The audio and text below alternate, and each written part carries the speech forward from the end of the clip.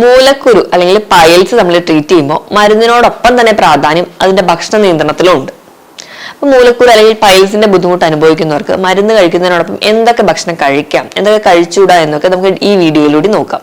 ഞാൻ ഡോക്ടർ പ്രിയ, Q&D health കെയറിലെ homoeopathic ഫിസിഷ്യനാണ്.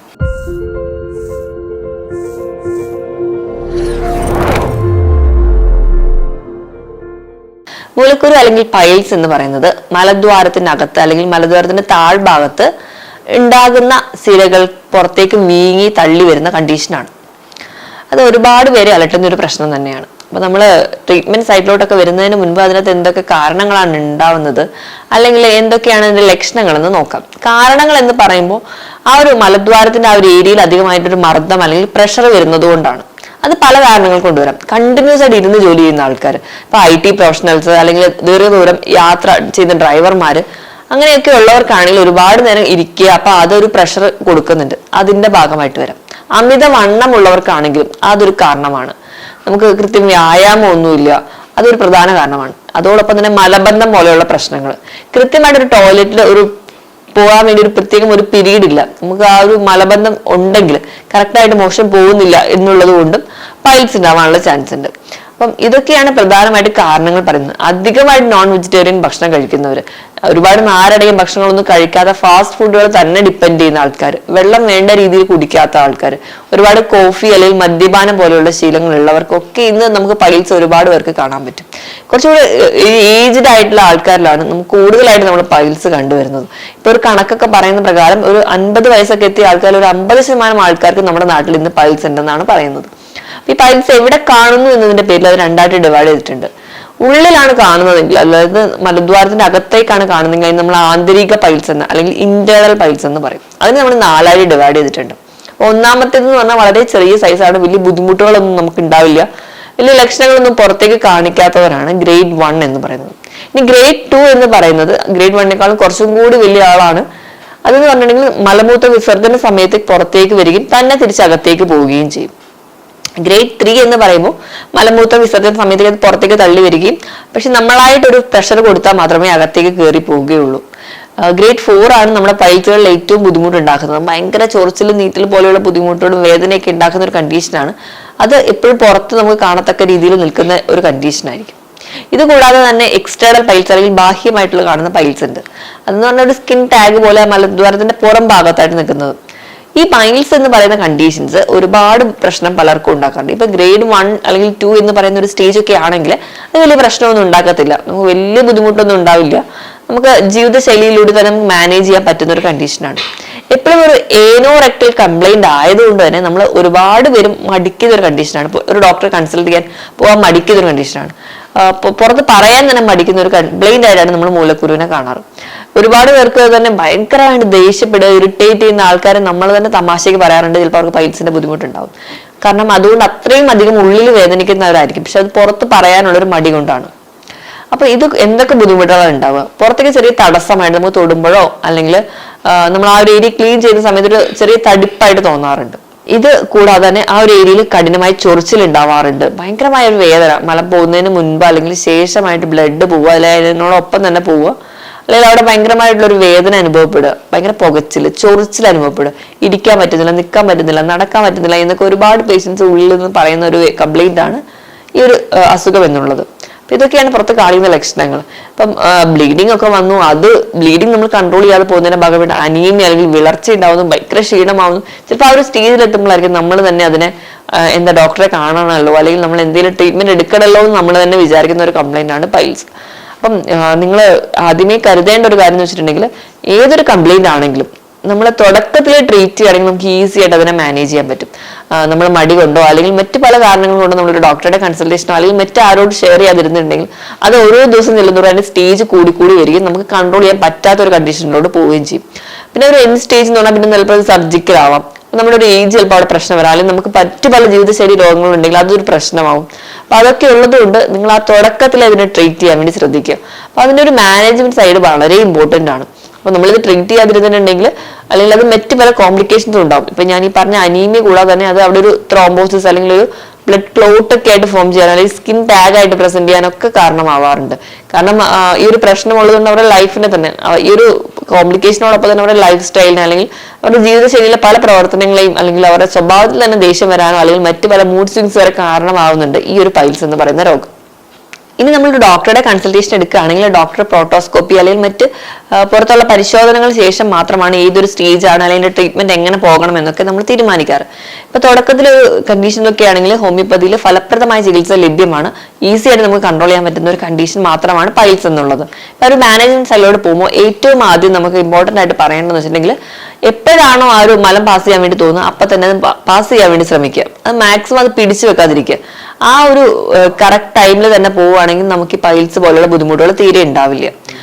പിന്നെ ഏറ്റവും ആദ്യം നമ്മൾ ശീലിക്കേണ്ട കാര്യം എന്ന് പറഞ്ഞെങ്കിൽ കോൺസ്റ്റിപ്പേഷൻ ഉണ്ടാവാതിരിക്കാൻ വേണ്ടി ശ്രദ്ധിക്കുക. അതിനുവേണ്ടി നമ്മുടെ ഭക്ഷണത്തിൽ വരുത്തേണ്ട മാറ്റങ്ങൾ ഞാൻ പറയുന്നുണ്ട്.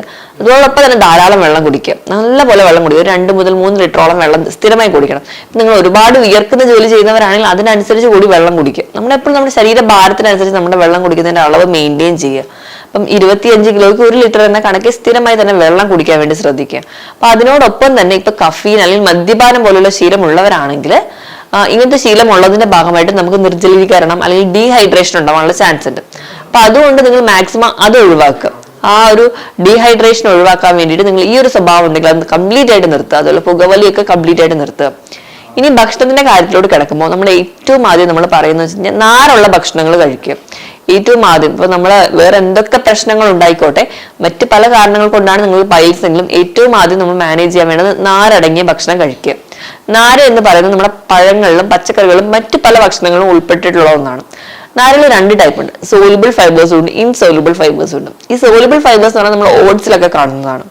അതുപോലെ തന്നെ ഇൻസോലുബിൾ ഫൈബേഴ്സ് എന്ന് പറയുന്നത് നമ്മുടെ പഴങ്ങളിൽ പച്ചക്കറികളിൽ നമ്മൾ തവിട് അടങ്ങിയിട്ടുള്ള ഭക്ഷണങ്ങളിൽ ഒക്കെ കാണുന്നതാണ് ഇൻസോലുബിൾ ഫൈബേഴ്സ്. ഇവ രണ്ടും നമുക്ക് അത്യാവശ്യമായിട്ടുള്ള ഒന്നാണ്.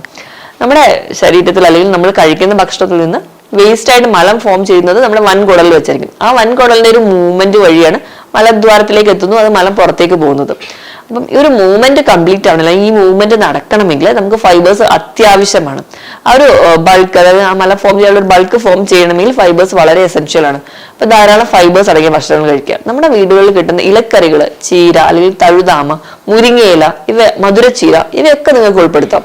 അതുപോലെ ഇലക്കറികൾ സ്ഥിരമായി കഴിക്കുന്നതിനോടൊപ്പം തന്നെ നമുക്ക് കോളിഫ്ലവർ, ബ്രക്കോളി, ക്യാബേജ് ഇവയൊക്കെ കഴിയും. ക്രൂസിഫറസ് വെജിറ്റബിൾസ് എല്ലാം നിങ്ങൾക്ക് ഉൾപ്പെടുത്താം. ഇവയിലൊക്കെ ധാരാളം നാരുകൾ അടങ്ങിയിട്ടുണ്ട്.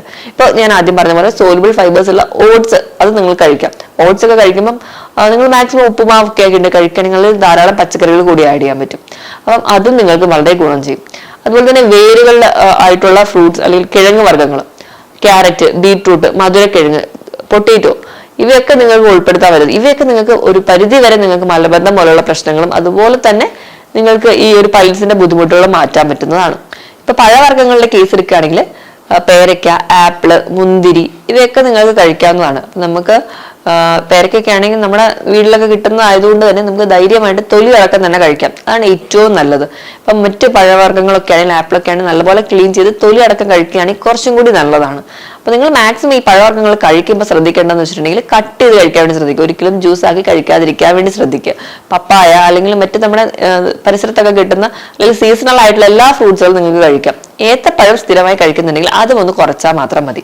ഇനി പച്ചക്കറികളിൽ ഏറ്റവും ഇമ്പോർട്ടന്റ് ആണ് നമ്മുടെ ബീൻസ് എന്ന് പറയുന്നത്. ബീൻസ് നിങ്ങൾക്ക് ഒരു പരിധി വരെ നമ്മുടെ മലദ്വാരത്തിന് ചുറ്റും ഉണ്ടാകുന്ന വീക്കവും അല്ലെങ്കിൽ അവിടെ ഉണ്ടാകുന്ന നീർക്കെട്ടുകളൊക്കെ കുറയ്ക്കുന്നു. അതുകൊണ്ട് തന്നെ ആ ഒരു പൈൽസ് ഉണ്ടാക്കുന്നതിനായ പല പ്രശ്നങ്ങളും മാറി കിട്ടുന്നുണ്ട്. അപ്പൊ ഇവ സ്ഥിരമായിട്ട് കഴിക്കാൻ വേണ്ടി ശ്രദ്ധിക്കുക. ഇന്ന് വരെ ഫൈബേഴ്സ് തീരെ കഴിക്കാത്ത ഒരാൾക്കാരാണെങ്കിൽ നാളെ തൊട്ട് എന്നാ ഞാൻ ഫൈബേഴ്സ് എല്ലാം കൂടി കഴിക്കാമെന്ന് കരുതരുത്. അപ്പോൾ അങ്ങനെ കഴിച്ചു കഴിഞ്ഞാൽ നമ്മുടെ ഭക്ഷണം ദഹിക്കാൻ വളരെ ബുദ്ധിമുട്ടുണ്ടാവും. അപ്പൊ നിങ്ങൾ ചെയ്യേണ്ടതെന്ന് വെച്ചാൽ കുറഞ്ഞ അളവിൽ ആദ്യം ഫൈബേഴ്സ് കഴിക്കുക. നമ്മുടെ ഡൈജഷൻ പ്രോപ്പർ ആണെന്ന് ഉറപ്പ് വരുത്തിയതിന് ശേഷം മാത്രം അതിന്റെ അളവ് കൂട്ടിക്കൊണ്ടുവരും. ഒരു ദിവസം ഒരു 25 മുതൽ 30 ഗ്രാം വരെ നിങ്ങൾക്ക് ഫൈബേഴ്സ് കഴിക്കാവുന്നതാണ്. അപ്പൊ 2 നേരം ഇലക്കറികളായിട്ട് 1 നേരം ഫ്രൂട്ട്സ് ആയിട്ടൊക്കെ നിങ്ങൾ കഴിക്കുകയാണെങ്കിൽ ധാരാളം ഫൈബേഴ്സ് നിങ്ങളുടെ ശരീരത്തിൽ എത്തുന്നുണ്ട്. അപ്പം നിങ്ങൾ ഫൈബേഴ്സ് കഴിക്കുമ്പോൾ കൃത്യമായി ദഹിച്ചില്ലെങ്കിൽ അത് ഒരുപാട് ഗ്യാസ് ഫോർമേഷൻ ഉണ്ടാവാനുള്ള കാരണമുണ്ട്. അതുപോലെ തന്നെ നല്ലപോലെ ചവച്ചരച്ച് കഴിക്കുക. ഭക്ഷണം കഴിക്കുന്നതിനോടൊപ്പം നിങ്ങൾ വെള്ളം കുടിക്കാതിരിക്കുക. അതും നിങ്ങൾക്ക് ഗ്യാസ് ഉണ്ടാവാനുള്ള കാരണമാവും. അപ്പം ഫൈബേഴ്സ് കഴിക്കുമ്പോൾ ഈ കാര്യങ്ങളൊക്കെ ശ്രദ്ധിക്കുക. അതിനോടൊപ്പം തന്നെ നിങ്ങൾ നല്ലപോലെ ഭക്ഷണം ഫൈബർ അടങ്ങിയ ഭക്ഷണങ്ങൾ കഴിക്കുക. വാഴച്ചുണ്ട്, വാഴപ്പിണ്ടി, ഇപ്പൊ ഫ്രൂട്ട്സിന്റെ കേസിലാണെങ്കിൽ ഓറഞ്ച്, ഇതിലൊക്കെ ഒരുപാട് നാരുകൾ അടങ്ങിയിട്ടുണ്ട്. ഇവയൊക്കെ സ്ഥിരമായിട്ട് കഴിക്കാൻ വേണ്ടി ശ്രദ്ധിക്കുക. ഇനിയിപ്പോ ധാന്യങ്ങളുടെ കേസ് എടുക്കുകയാണെങ്കിൽ നമ്മൾ ചോറ് ഉണ്ടാക്കുന്നത് മാക്സിമം കുത്തരി കൊണ്ട് ഉപയോഗിക്കുക. അപ്പൊ അവിടെയും ധാന്യങ്ങൾ നിങ്ങൾക്ക് കിട്ടും. അതുപോലെ തന്നെ പയറ്, കടല, പരിപ്പ് ഇവയിലൊക്കെ ഒരുപാട് ഫൈബേഴ്സ് അടങ്ങിയിട്ടുണ്ട്. അപ്പോൾ അവയും നിങ്ങൾക്ക് ലഭിക്കുന്നതായിരിക്കും. ഇനിയിപ്പം ഏറ്റവും കൂടുതൽ ആൾക്കാർക്ക് ഡൗട്ടുകളാണ് ഈ നോൺ വെജ് കഴിക്കാവോ എന്നുള്ളത്. നോൺ വെജ് കഴിച്ചാൽ ഒരുപാട് പേര് പറയുന്നതാണ് കോഴി കഴിക്കാൻ പാടില്ല, കോഴി ഇറച്ചി, കോഴി മുട്ടയൊന്നും കഴിച്ചുകൂടാ, അതിന് പകരം നിങ്ങൾക്ക് താറാവ് കഴിച്ചു കഴിഞ്ഞാൽ കുഴപ്പമില്ല എന്നുള്ളത്. അതുപോലെ തന്നെ പല ഒറ്റമൂലികളും താറാവ് മുട്ട കൊണ്ട് കഴിച്ചു കഴിഞ്ഞിട്ടുണ്ടെങ്കിൽ നിങ്ങൾക്ക് പൈൽസ് കംപ്ലീറ്റ് ആയിട്ട് മാറാൻ പറ്റും എന്നൊക്കെ ഒരുപാട് പേരുടെ വാദങ്ങളുണ്ട്. അപ്പം അതിനെക്കുറിച്ച് നമുക്കൊന്ന് നോക്കാം. ഇപ്പം നോൺ വെജിറ്റേറിയൻ ഫുഡിന്റെ കേസിൽ എടുക്കുക, നിങ്ങൾ ചെറിയ മത്സ്യങ്ങൾ കഴിക്കാവുന്നതാണ്. അത് നിങ്ങൾ മാക്സിമം കറി വെച്ച് കഴിക്കാൻ വേണ്ടി ശ്രദ്ധിക്കാം. വലിയ മത്സ്യങ്ങൾ ഇപ്പൊ നെയ്മീൻ പോലെയുള്ളവ, അതുപോലെ തന്നെ ഷെൽ ഫിഷ്, കക്ക, ഞണ്ട്, കൊഞ്ച് ഇവയൊക്കെ മാക്സിമം കുറയ്ക്കാൻ വേണ്ടി ശ്രദ്ധിക്കുക. അതുപോലെ നിങ്ങൾ കഴിക്കാതിരിക്കുന്നതാണ് ഏറ്റവും നല്ലത്. ബാക്കി മീനുകളൊക്കെ നിങ്ങൾക്ക് കഴിക്കാം. ഇനി ഇറച്ചിയുടെ കേസ് എടുക്കുകയാണെങ്കിൽ ഒരു തരത്തിലുള്ള നോൺ വെജ് നിങ്ങൾക്ക് നല്ലതല്ല. അതിപ്പോ താറാവ് ഇറച്ചി ആയിക്കോട്ടെ, കോഴി ഇറച്ചി ആയിക്കോട്ടെ, അത് നിങ്ങൾക്ക് നല്ലതല്ല. അത് നിങ്ങൾക്ക് നല്ലതല്ല എന്ന് പറയുന്നതിന് കാരണം ഇവയിൽ തീരെ നാരടങ്ങിയിട്ടില്ല. ഒട്ടും നാരടങ്ങാത്തത് കൊണ്ടാണ് ഈ നോൺ വെജിറ്റേറിയൻ ഫുഡ് കഴിക്കണ്ട എന്ന് പറയുന്നത്. അതോടൊപ്പം തന്നെ ഇവയിൽ കൊഴുപ്പ് കുറച്ച് കൂടുതലാണ്. അതുകൊണ്ടാണ് നമ്മൾ ആ ഒരു നോൺ വെജിറ്റേറിയൻ ഫുഡ് കഴിക്കണ്ട എന്ന് പറയുന്നത്. ഇപ്പൊ നിങ്ങൾക്ക് എന്തെങ്കിലും ഒരു തരത്തിൽ ഇപ്പം അത് കഴിക്കണമെന്ന് ആഗ്രഹം ഉണ്ടെങ്കിൽ നിങ്ങൾക്ക് കഴിക്കാവുന്നതാണ്. പക്ഷേ അത് കഴിക്കുന്നതിനോടൊപ്പം അതിനെ ബാലൻസ് ചെയ്യുന്ന രീതിയിൽ നിങ്ങൾ ഫൈബർ അടങ്ങിയ ഭക്ഷണങ്ങൾ സാലഡ് ആയിട്ടോ അല്ലെങ്കിൽ മറ്റേതെങ്കിലും തരത്തിൽ കഴിക്കേണ്ടതാണ്. ഇപ്പൊ നിങ്ങൾ ഒരുപാട് ഉള്ളിയൊക്കെ കഴിക്കുക, അങ്ങനെയൊക്കെയാണ് നിങ്ങൾ കഴിക്കുന്നതെങ്കിൽ നിങ്ങൾക്ക് കഴിക്കാവുന്നതാണ്. മാക്സിമം നാടൻ കോഴി അല്ലെങ്കിൽ ആ ഒരു ടൈപ്പ് ഓഫ് കാറ്റഗറി ഫുഡുകൾ മാക്സിമം ഒഴിവാക്കുക. കുറച്ചും കൂടി കമ്പയർ ചെയ്യുമ്പോൾ ബ്രോയിലർ ആണ് കുറച്ചും കൂടി നല്ലത്. കാരണം അതിൽ കുറച്ചുകൂടി ജലാംശമുണ്ട്. അതുപോലെ തന്നെ കറി വെച്ച് മാത്രം കഴിക്കുക. നമ്മളിപ്പം ഇപ്പോഴത്തെ ഒരു ടൈപ്പ് അനുസരിച്ച് ഒരുപാട് വറുത്തതും പൊരിച്ചതും അൽഫാം അങ്ങനെയൊക്കെ കഴിക്കുന്നവരാണെങ്കിൽ അതിൽ ചുടുന്നതിനോടൊപ്പം ഒരുപാട് അതിനകത്തുള്ള വെള്ളം കൂടി നഷ്ടപ്പെടും. അപ്പൊ അത് ഒഴിവാക്കാൻ വേണ്ടി മാക്സിമം കറി വെച്ച് കഴിക്കാൻ വേണ്ടി ശ്രദ്ധിക്കുക.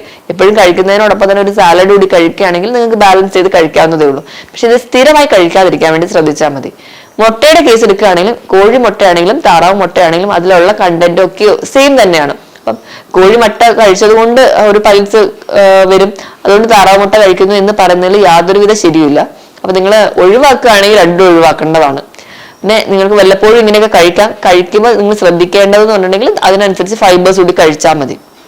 ഇനി പലർക്കുള്ള ഒരു ഡൗട്ടാണ് ബീഫ് കഴിക്കാവോ എന്നുള്ളത്. ഈ ബീഫ് എന്ന് പറയുന്ന ഒരു അലർജിക് പ്രോട്ടീൻ ആണ്. അപ്പൊ നമ്മുടെ മലദ്വാരത്തിന് ചുറ്റിലും എന്തെങ്കിലും നീർക്കെട്ടോ അങ്ങനത്തെ അസ്വസ്ഥതകളൊക്കെ ഉണ്ടെങ്കിൽ ബീഫ് കഴിച്ചാൽ അത് വീണ്ടും കൂടുകയുള്ളൂ. അപ്പൊ നിങ്ങൾ ഏതായാലും റെഡ് മീറ്റ് ആയാലും വൈറ്റ് മീറ്റ് ആയാലും കംപ്ലീറ്റ്ലി ഒഴിവാക്കുക. പകരം ഫൈബേഴ്സ് കുറച്ച് കഴിക്കുകയാണെങ്കിലാണ് ഏറ്റവും നല്ലത്. ഇത് നിങ്ങൾ അങ്ങനെ കഴിക്കാൻ വേണ്ടി ശ്രദ്ധിക്കുക. ഇനി ഒരുപാട് പേരുടെ ഡൗട്ടാണ് ബാക്കി എന്തൊക്കെ ഭക്ഷണത്തിൽ മാറ്റങ്ങൾ വരുത്തണം എന്നുള്ളത്. അപ്പൊ അത് നോക്കി കഴിഞ്ഞിട്ടുണ്ടെങ്കിൽ നമ്മൾ ബിസ്ക്കറ്റ്, ഹൈ പ്രോസസ്ഡ് ഭക്ഷണങ്ങൾ അല്ലെങ്കിൽ കുക്കീസ് ഇങ്ങനത്തെ ചില ഫുഡുകൾ ടിന്നിലും ക്യാനിലൊക്കെ ഉള്ള ഭക്ഷണങ്ങളാണ് കുട്ടികൾക്ക് കൊടുക്കുന്നതെങ്കിൽ അത് കുട്ടികൾക്ക് മലബന്ധം ഉണ്ടാക്കിയും അത് അവർക്ക് ഭാവിയിൽ പൈൽസിന് കാരണമാകും. അപ്പൊ അങ്ങനത്തെ ഒരു ഭക്ഷണങ്ങളൊക്കെ ഉണ്ടെങ്കിൽ അത് മാക്സിമം ഒഴിവാക്കുക. മദ്യപാനം നിർത്തുന്ന വഴി നമ്മുടെ ശരീരത്തിലെ ഡീഹൈഡ്രേഷൻ മാറ്റാൻ പറ്റും. അതുപോലെ തന്നെ മദ്യം കുടിക്കുന്നുണ്ടെങ്കിൽ അത് നമ്മുടെ മലദ്വാരത്തിന് ചുറ്റും ഉണ്ടാക്കുന്ന നീർക്കെട്ടുകൾ ഉണ്ടാവാനുള്ള ചാൻസ് കൂടുതലാണ്. അപ്പൊ നിങ്ങൾ ആ ഒരു ശീലം ഉണ്ടെങ്കിൽ അത് കംപ്ലീറ്റ്ലി ഒഴിവാക്കും. അപ്പൊ കറികളൊക്കെ കഴിക്കുമ്പോൾ ഈ നോൺ വെജ് കഴിക്കണ്ട എന്ന് പറയുന്നതിന് മറ്റൊരു കാരണം എന്ന് പറഞ്ഞാൽ ഒരുപാട് മസാലകളും എരിവും ഒക്കെ ആ കറികളിൽ ഉണ്ടാവാറുണ്ട്. അതുകൊണ്ട് കൂടിയാണ് അത് നമ്മുടെ ആ രക്തത്തിന്റെ ഏരിയയിൽ നീർക്കെട്ട് ഉണ്ടാക്കാനുള്ള ചാൻസ് വളരെ കൂടുതലാണ്. കുരുമുളകിന്റെ ഉപയോഗം കുറയ്ക്കുക. അതുപോലെ തന്നെ കറികളൊക്കെ വറുത്തരച്ച് ഉണ്ടാക്കുന്ന കറികളാണ് മാക്സിമം ഒഴിവാക്കേണ്ടതാണ്. മാക്സിമം ആ ഒരു മൈൽഡ് ആയിട്ടുള്ള ഫ്ലേവറിൽ ഭക്ഷണം കഴിക്കും. ഒരുപാട് എരിവും മസാലയും ചെറിയ നീർക്കെട്ടുകളൊക്കെ ആ രക്തത്തിന്റെ ഏരിയയിലുണ്ടെങ്കിൽ അത് കൂട്ടുന്നതായിട്ട് കാണാൻ പറ്റും. ഇതൊക്കെയാണ് പ്രധാനമായും ഭക്ഷണത്തിൽ വരുത്തേണ്ട മാറ്റം. പിന്നെ നമ്മൾ ധാരാളം വെള്ളം കുടിക്കാൻ വേണ്ടി ഉറപ്പുവരുത്തുക. അതോടൊപ്പം തന്നെ കൃത്യമായിട്ടൊരു വ്യായാമം വേണം. കൃത്യമായിട്ടൊരു വ്യായാമം ഉണ്ടെങ്കിൽ നമുക്ക് ഈ ബാത്റൂമിൽ പോകുന്നു അല്ലെങ്കിൽ മോഷൻ ടോയ്ലറ്റിൽ പോകുന്നതൊക്കെ ഒരു റെഗുലർ ഒരു ബയോളജിക്കൽ ക്ലോക്ക് ആയിട്ട് നടക്കുന്നത് കാണാം. രാവിലെ എണീക്കുമ്പോൾ ബോഡി നല്ലപോലെ ഒന്ന് സ്ട്രെച്ച് ചെയ്ത് എണീക്കുക. അപ്പൊ നമ്മുടെ ആ ഒരു രാവിലെ എണീക്കുമ്പോൾ തന്നെ കുറച്ചുകൂടെ ഫ്രഷ് ഫീലിങ്ങോ അല്ലെങ്കിൽ നമ്മുടെ എല്ലാ അവയവങ്ങൾക്കുള്ള ഒരു ബ്ലഡ് സപ്ലൈ കറക്റ്റ് ആയിട്ട് നടക്കും. അപ്പൊ നമുക്ക് രാവിലെ എണീക്കുമ്പോൾ തന്നെ ആ മോഷൻ പോകുന്നതൊക്കെ കറക്റ്റ് ആയിട്ട് നടക്കും. രാവിലെ എണീക്കുമ്പോൾ തന്നെ 2 ഗ്ലാസ് വെള്ളം വെറും വയറ്റിൽ തന്നെ കുടിക്കാൻ വേണ്ടി ശ്രദ്ധിക്കുക. ഇതൊക്കെ ചെയ്യുകയാണെങ്കിൽ രാവിലെ തന്നെ നിങ്ങൾ മോഷൻ പാസ് ചെയ്യാനും അതുകൊണ്ട് തന്നെ നമുക്ക് ഈ പറയത്തക്ക ബുദ്ധിമുട്ടുകൾ ഉണ്ടാവാതിരിക്കാനും സഹായിക്കും. ഇനി പൈൽസിന്റെ ബുദ്ധിമുട്ട് എന്തെങ്കിലും ഉള്ളവരാണെങ്കിൽ നമുക്ക് വീട്ടിൽ തന്നെ ചെയ്യാവുന്ന ചെറിയ ടിപ്സ് നോക്കാം. ഒന്നാമതായിട്ട് സിറ്റ്സ് ബാത്ത്. അതിനായിട്ട് ഒരു ബേസിൽ ഇളം ചൂടുവെള്ളം എടുക്കുക. അതിലേക്ക് ഒരു നുള്ളി ഇപ്സം സോൾട്ട് അല്ലെങ്കിൽ ഇന്ദുപ്പ് അല്ലെങ്കിൽ നിങ്ങൾക്ക് പൊട്ടാസ്യം പെർമാംഗനേറ്റോ ഒലിവ് ഓയിലോ ആഡ് ചെയ്യാം. വളരെ കുറഞ്ഞ അളവിൽ മാത്രം ആഡ് ചെയ്യുക. എന്നിട്ട് നമ്മൾ ആ വെള്ളത്തിൽ ഇരിക്കുക. നമ്മുടെ അടിവയറ് തൊട്ട് വെള്ളത്തിൽ മുങ്ങിയിരിക്കത്തക്ക രീതിയിൽ നിങ്ങൾ ഇരിക്കുക. അങ്ങനെ ഒരു 10 മുതൽ 15 മിനിറ്റ് വരെയെങ്കിലും ചെയ്യുകയാണെങ്കിൽ ഒരു 1-2 തവണ ഒരു ദിവസമെങ്കിലും ചെയ്യുകയാണെങ്കിൽ നിങ്ങൾക്ക് ആ ഒരു ഏരിയയിൽ ഉണ്ടാകുന്ന പല ഇറിറ്റേഷൻസും മാറുന്നതായിട്ട് കാണാം. ഇനി രണ്ടാമതായിട്ട് ആ ഒരു ഏരിയയിൽ നല്ല വീക്കം നീർക്കെട്ടൊക്കെ ഉണ്ടെങ്കിൽ ഐസ് പാക്ക് വെക്കുക. മൂന്നാമതായിട്ട് നിങ്ങൾക്ക് അലോവേരയുടെ ജെല്ല് അതൊരു തുണിയിൽ പൊതിഞ്ഞിട്ടോ അല്ലെങ്കിൽ അത് ഡയറക്റ്റ് ആയിട്ട് ആ ഒരു ഏരിയയിൽ പുരട്ടുന്നത് ഒരു പരിധി വരെ അവിടെ ഉണ്ടാകുന്ന ബേണിങ്ങും അല്ലെങ്കിൽ മറ്റു പല അസ്വസ്ഥതകളും കുറയുന്നതായിട്ട് കാണാം. ഞാൻ ഈ പറഞ്ഞ രീതിയിൽ നിങ്ങൾ ഭക്ഷണം നിയന്ത്രിക്കുക, ഈ പറഞ്ഞ ചെറിയ ചെറിയ ടിപ്സ് ഫോളോ ചെയ്യുക, അതിനോടൊപ്പം തന്നെ കൃത്യമായ ഒരു മെഡിക്കൽ ട്രീറ്റ്മെന്റ് ഉണ്ടെങ്കിൽ കംപ്ലീറ്റ് ആയിട്ട് മാറ്റാൻ പറ്റുന്ന ഒരു കണ്ടീഷൻ മാത്രമാണ് പൈൽസ് എന്നുള്ളത്. ഞാൻ ഈ പറഞ്ഞ കണ്ടീഷൻസിൽ എന്തെങ്കിലുമൊക്കെ ഡൗട്ടുകൾ ഉണ്ടെങ്കിൽ നിങ്ങൾ താഴെ കാണുന്ന നമ്പറിൽ കോൺടാക്ട് ചെയ്യുക. മറ്റൊരു ഹെൽത്ത് ടോപ്പിക്കുമായിട്ട് വീണ്ടും കാണുന്നത് വരെ നന്ദി.